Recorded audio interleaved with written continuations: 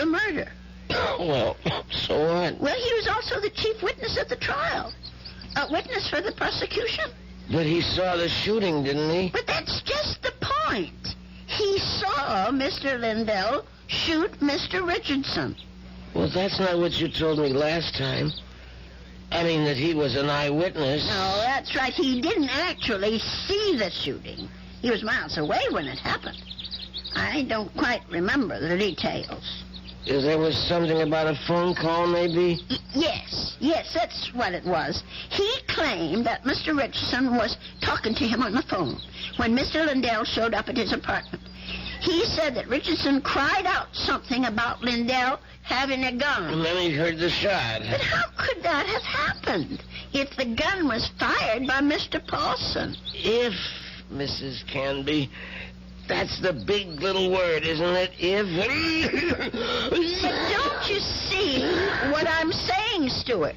Arnold Sheldon had the most to gain. Gain? From what? From both these men leaving the firm. That'll leave the whole thing to him. All those customers, all the investments he handled, all the commissions, or whatever they call it. Are you accusing this guy Shelton of being the killer? Yes. It's the only answer, Stuart. Well, look, if that was the case, the police would have figured it out. But they didn't. There was nothing in the stories I read that pointed any suspicion at Mr. Shelton. I don't suppose it even occurred to them. And now, the company is all his. You don't call that evidence, do you? Well, then why didn't he let me go to the police? Why did he try so hard to talk me out of it? That man was praying, Stuart. He was taking the name of the Lord in vain. Oh, I'm sorry, Stuart. I'm so sorry. I won't bother you anymore. I know what I have to do anyway. Mrs. Candy. I won't be gone long, Stuart. No, wait. But the minute I get back, I'm going to call Dr. George and ask him to come over. You're sick. Never mind the doctor. Are you calling the police? No, I won't call them. You're right. I don't want them tracking mud in my parlor. I'm going down to the station house and talk to them. I'll get dressed now and go straight there. Please think about what you're doing. I'll tell them what I know, and they can do the rest. Now, you try to eat something, Stuart. Please. Mrs. Candy.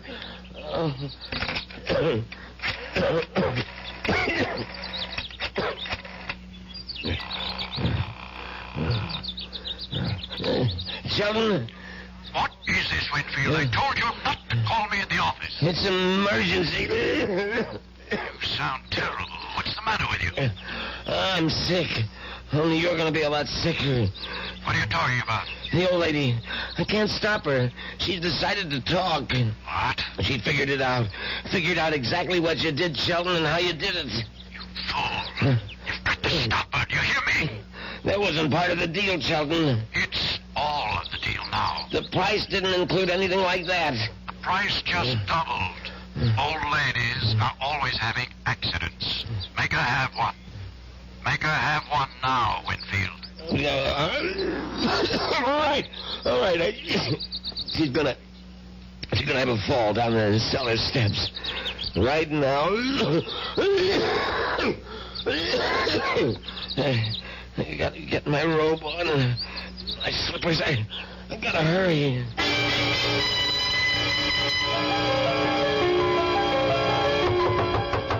Stuart? Is that you? Open up, Mrs. Canby. For heaven's sake. Stuart Winfield, what are you doing out of bed? Now, you go right back there this second. I gotta talk to you, Mrs. Canby, before you go to the police. Just listen to you. You're all winded. You can hardly talk, Stuart. Now, go back to bed before you catch pneumonia, too. Now, don't go, Mrs. Canby. It would be better if you never went to the police. Better for you. Better for me. For you? I don't understand. Well, then, I wouldn't have to hurt you, Mrs. Canby. That's what I mean. I wouldn't have to do anything bad to you. Stuart, what in the world are you talking about? Come on, old lady. You're smart, all right. You really think things through.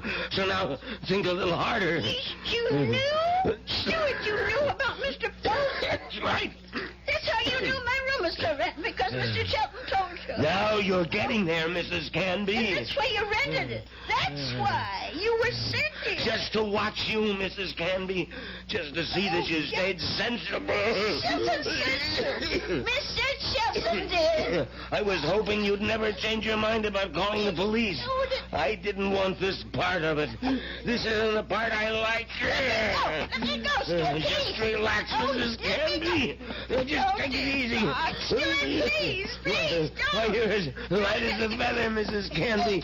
Just like my Aunt Martha would have been if I had an Aunt Martha. Stuart, please, put me down, please. We've got a date now, Mrs. Canby. Let me go. Stuart, Put up such a fight, Mrs. Canby. I'm sick, remember? Just shut your eyes. Please, shut your eyes and don't look down. Oh, God. Stuart, those stairs. Shut your eyes, old lady. They'll all be over.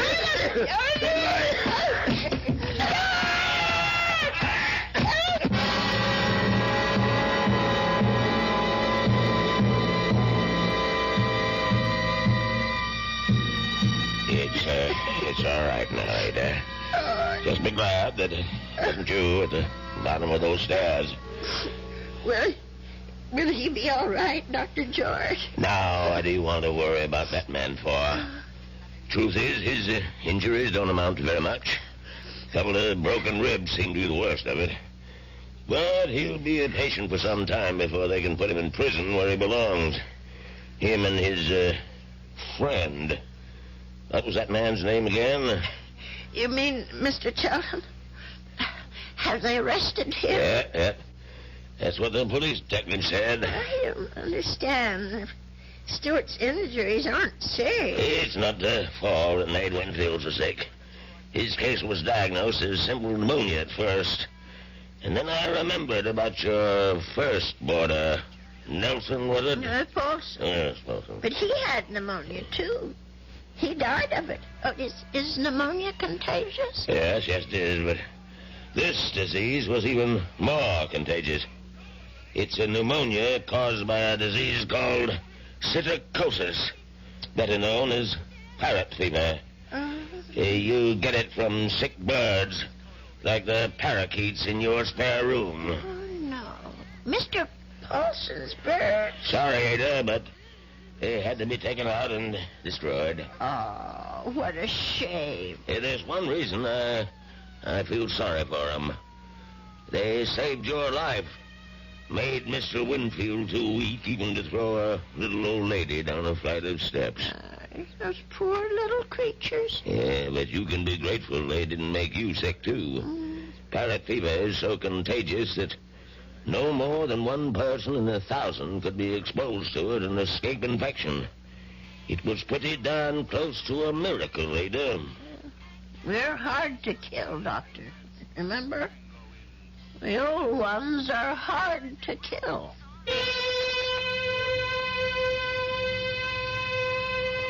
They say that people are living longer than ever before. And when we look at Ada Canby, we can understand why. She's a tough old lady.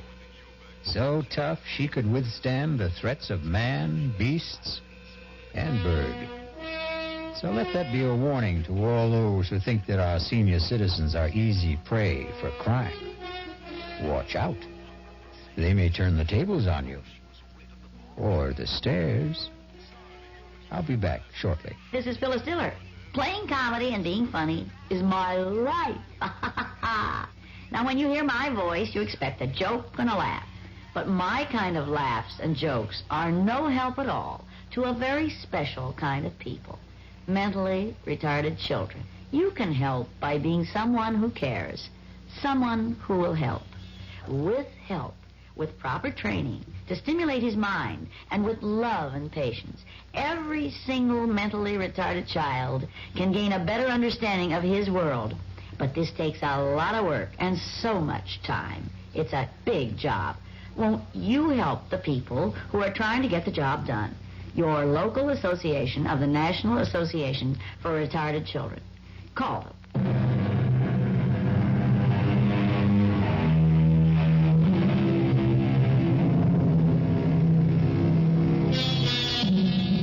We have one final comment for you on behalf of Ada Canby and old people everywhere. There's a saying, there's no fool like an old fool.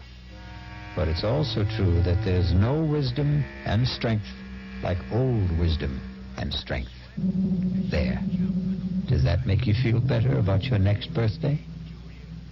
Our cast included Agnes Moorehead, Leon Janney, and Roger DeKoven. The entire production was under the direction of Hyman Brown.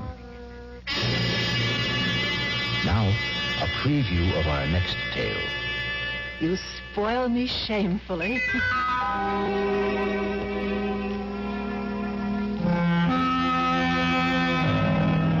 And that night, I spoiled her just a bit more by bringing hot cocoa to her in bed. Drink it down now. Does it taste all right?